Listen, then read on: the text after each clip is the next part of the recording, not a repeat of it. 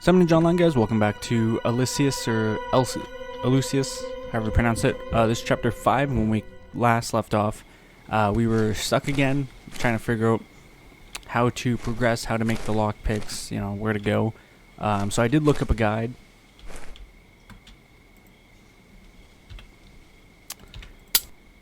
I removed a small metal wire from the bicycle rim. Maybe I can use this to make a lockpick.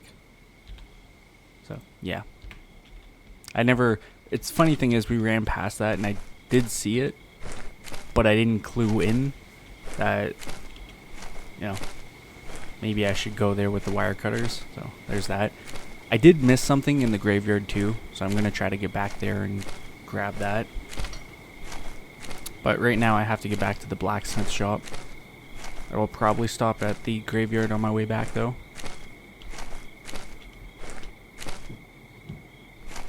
Don't know who this guy is.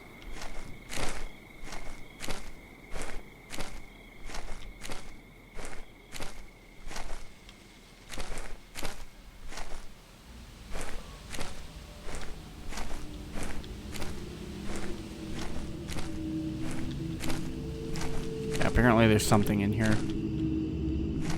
It's this one.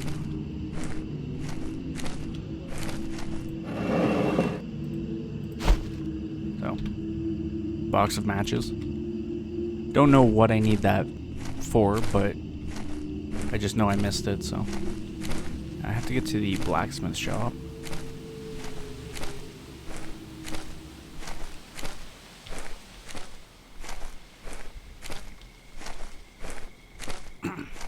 This I probably never would have figured out if I hadn't looked at the guide.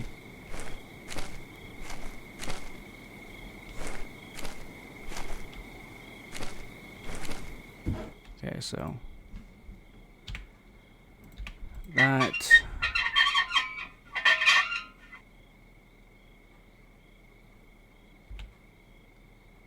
and that. There we go. Okay, they're ready now. A makeshift lock pick. Let's head back to the manor and see if I can get into that room now.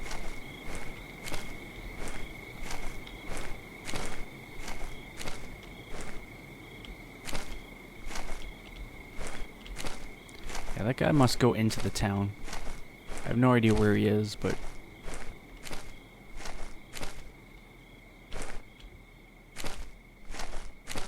he disappeared somewhere this way.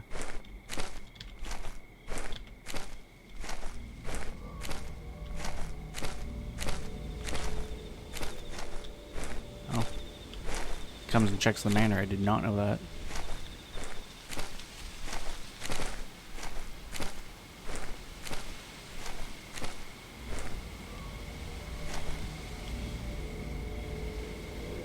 So we're gonna wait for him to pass and then I can go into the manor. Thought he'd see me for a second there.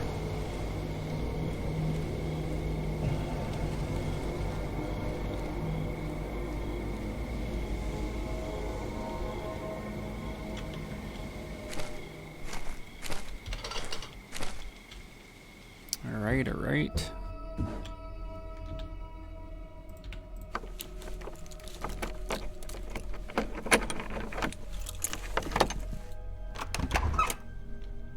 Into this room.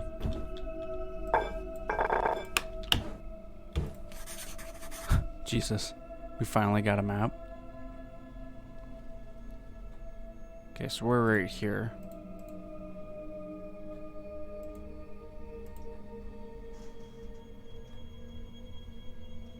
Yeah, I wonder what those lines are.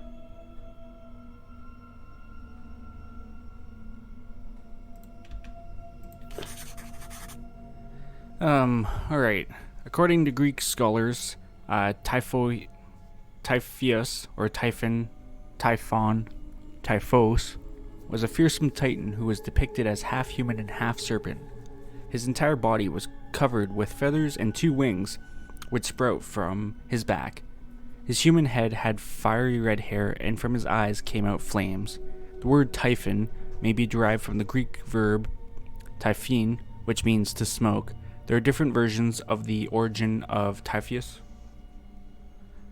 According to the Theogony of Hesiod's, Typhoeus was the son of Gaia and Tartarus. The Homeric hymns say that he was the son of Hera, who confined him in a cave called the Irma. Typhoeus mated with Echidna,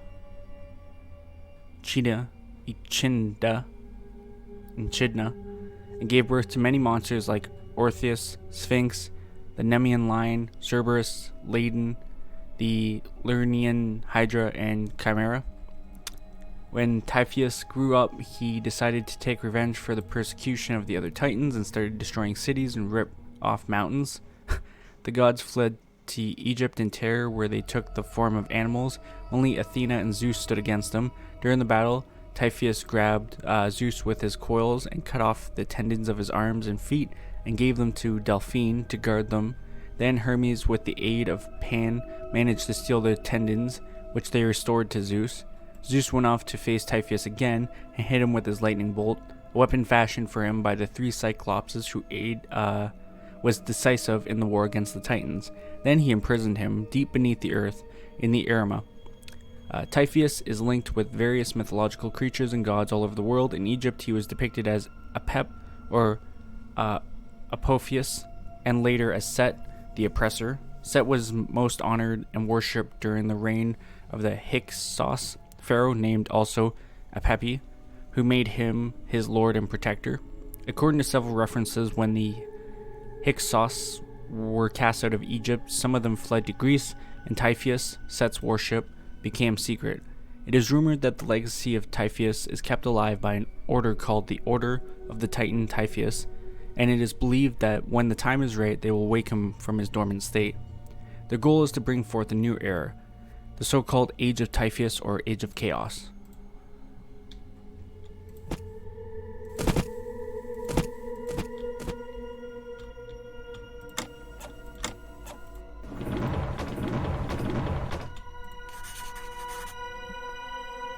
Here at Fint of OTT, we are pleased to inform you that we finally got the man who thought he could avert our plans. He had a key and a map on him. We interrogated him, but he didn't tell us anything. We know that the key opens the entrance to the temple area, so we suspect that he has hidden the sacred item in the temple. We still haven't found a way to enter it, as it is securely sealed, and above the door there is a sign that says, "None initiated shall enter." We would also like to inform you that the catalyst is here. However, it seems that M disagrees with the procedure and has gone rogue. We will make sure that he doesn't ruin our plans, and also that the item stays in the temple.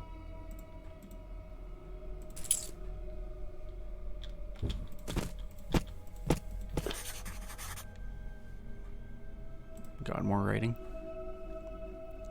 The Eleusinian mysteries were the most sacred mysteries of ancient Greece, and it is believed that their purpose was to reveal the mystery of life and death to the initiate. Their origins date back to the Mycenaean period, and they were taking place in Eleusis, a town located northwest of Athens. They reached their peak in the 7th century BC when Eleusis became part of the city of Athens. The mysteries were divided into two parts, the lesser and the greater ones. The lesser ones took place each year during February, and their purpose was to cleanse the initiate through fasting and preparing for the greater ones. The greater ones took place every 5 years during September and lasted for 9 days. Those represented the days in which, according to the myth, Demeter was seeking her daughter, Persephone, who was taken by Pluto, Hades, and with the intervention of Zeus found her. They used a place like a theater to reenact this part of the Eleusinian mythology. We have sparse information about what was happening during the ritual because the plenty for revealing the mysteries was dead. The initiate watched a dramatization of the happenings, Dromina, starting from the descent of Persephone in Hades, Demeter's search for her, the ascent of Persephone, and the reunion with her mother. The next stage of the ritual was the revealing, Epoptia, during which the true nature of the myth was revealed. A major part of the ceremony played the consumption of a drink called the Kaikian. Its ingredients are not fully known, but according to various historical accounts, its key ingredients was a fungus found in barley called Eusebius. It usually grows in high altitude and specifically where the moisture levels are higher. The process of making the kaikian was this. First, they take the barley with Eleusis on it and grind it, then mixed it with ashes, added clear water, and in the end they added some mint. It was very important to follow this order during the preparation, otherwise the mixture would have no effects. They believed that it helped them see things beyond the borders of normal perception, like future and past events. Modern science believes that kaikian had some kind of psychedelic effect caused mainly by Eleusis. The Eleusinian mysteries were discontinued when Theodosius I enforced Christianity and closed down the sanctuaries in 392 AD. The last remains were destroyed in 396 AD by Alaric, the king of the Goths, with the help of Christian priests.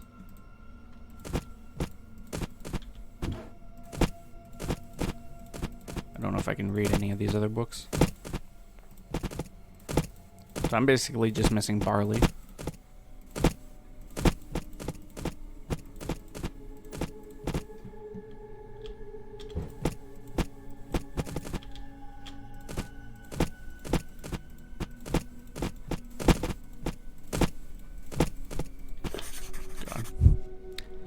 Among the numerous writings by Greek mathematician and engineer Hieron that survived are designs for automata, machines operated by mechanical or pneumatic means. These included devices for temples to instill faith by deceiving believers with magical art acts of the gods, for theatrical spectacles, and machines like a statue that poured wine. In the drawing, you can see the automation that forced the temple doors to open. When the fire was lit in the plate on top of the sacrificial pillar, which was located outside the temple, below the altar, there was an airtight container half full of liquid which was connected by a pipe to the base of the fire plate of the altar. The heat of the fire above made the air in the pipe and the container to expand and push the liquid through a second pipe into a bucket next to it. The bucket was bound with ropes that were connected through pulleys to vertical axes below the temple doors. As the bucket was getting heavier by the liquid and moved downwards, it pulled the ropes and rotated the axes, which caused the temple doors to open. A counterweight was holding the bucket in balance, and after the fire was extinguished, the operation cycle was reversed and the mechanism was repositioned to its starting point. Other similar automations caused artificial perfumed light rain inside the temple and had mechanical singing birds and moving statues, which made them very spectacular and impressive. Whoever didn't know or couldn't understand the mechanics of such automations thought that it was the work of a miracle or some sort of higher power was controlling them.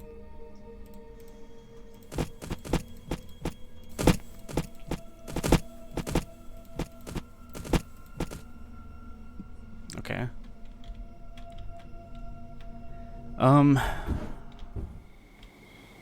think obviously we want to go down to the church then. I'm almost positive that's what this key is for. Or temple, I guess is the correct name for it.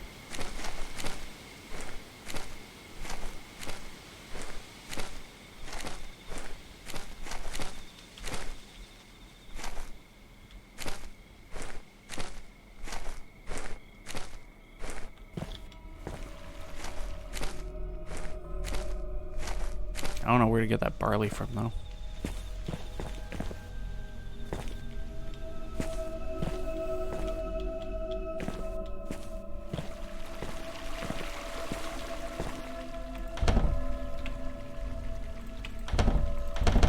No. Oh. That must be the other side then. Yeah, right there.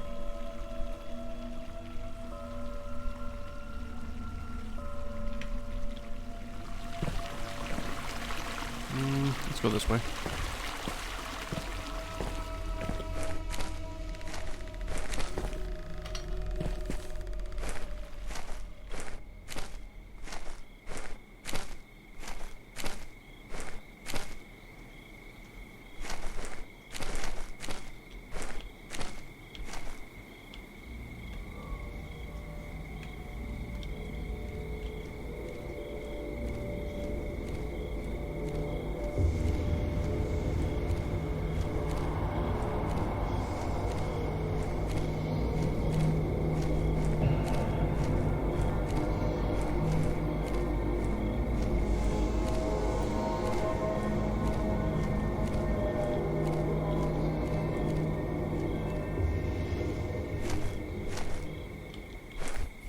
Which is also good that I found the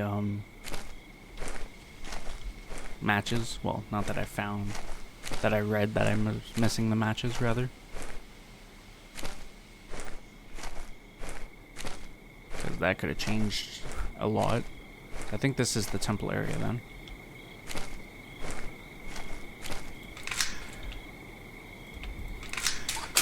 It is.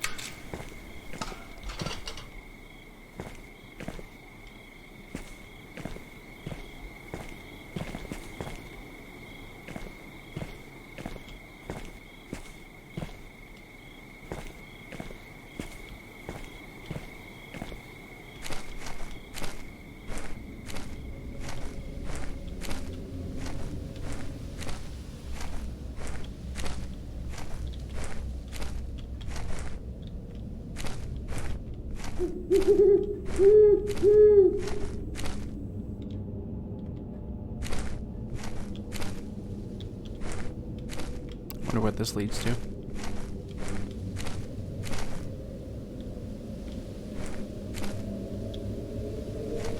Old decrepit hut.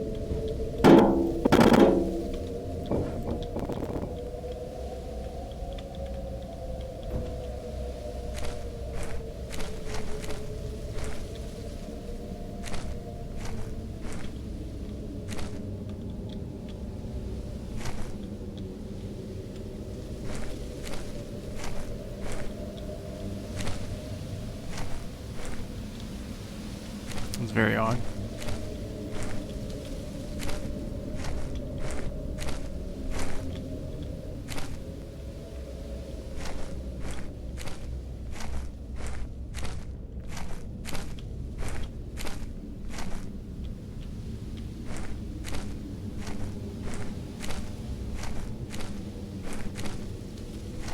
So this would be why I need the matches, obviously. Before I go in there, I want to take a look around. I think I'm missing like one more piece of the stone tablet thing.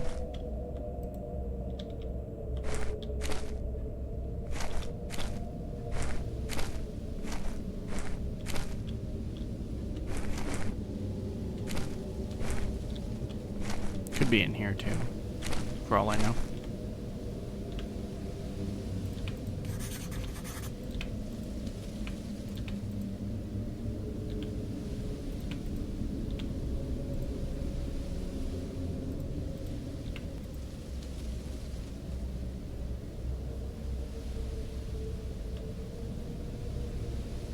I need like a stick.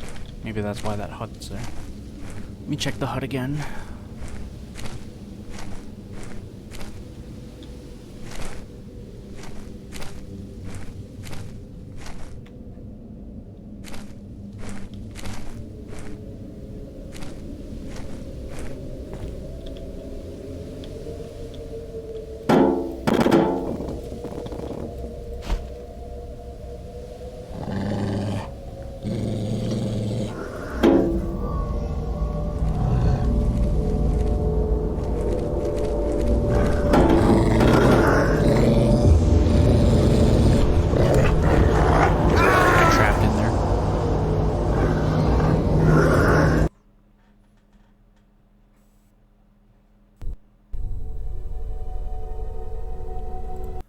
Well, I found the barley.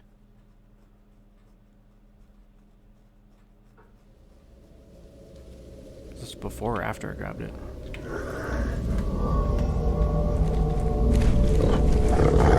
Can't catch me. Oh.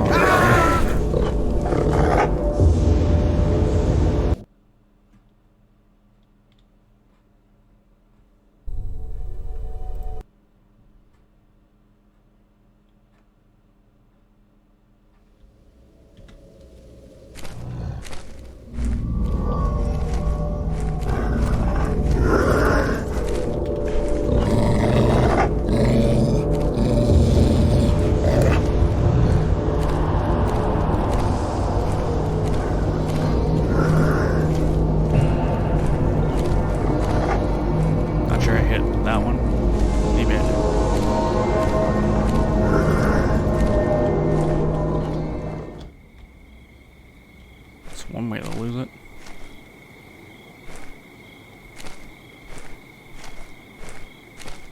So I want to go to the manor, so I might as well just go this way. Oh, come on. I didn't think there was actually fall damage, but I should have realized.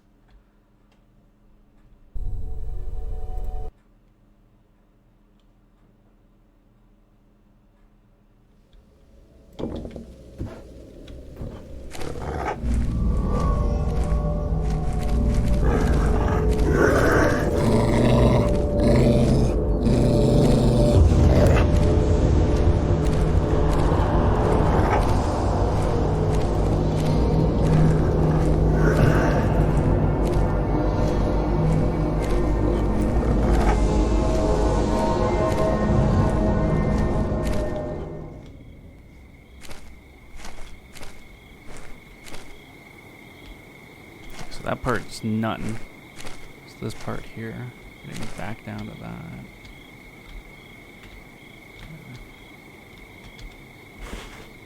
There we go.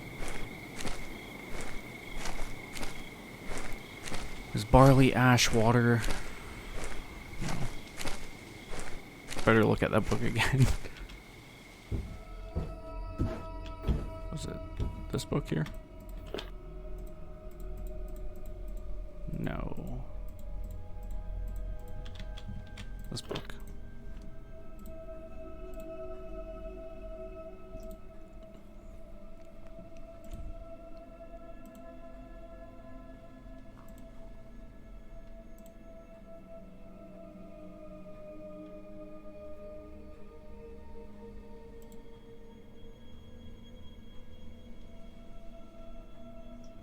So it's barley, grind it, ash, water, mint. Okay.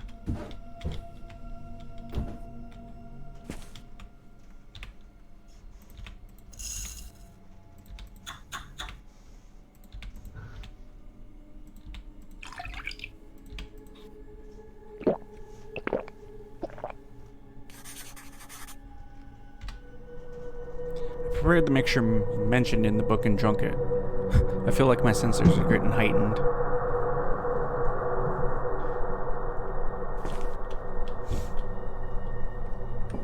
Hold on. 1 second.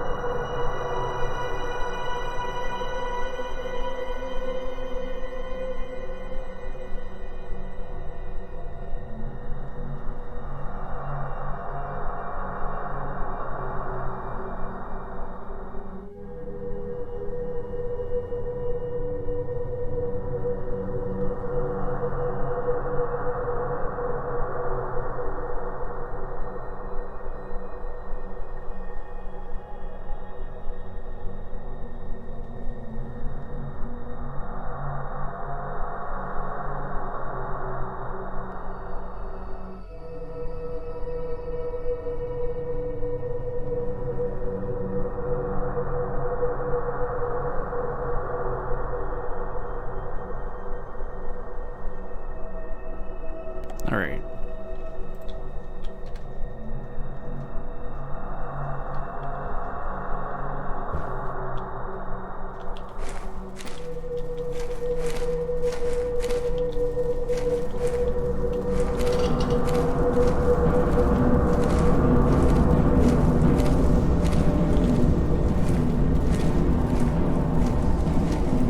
Should be able to lose them going this way.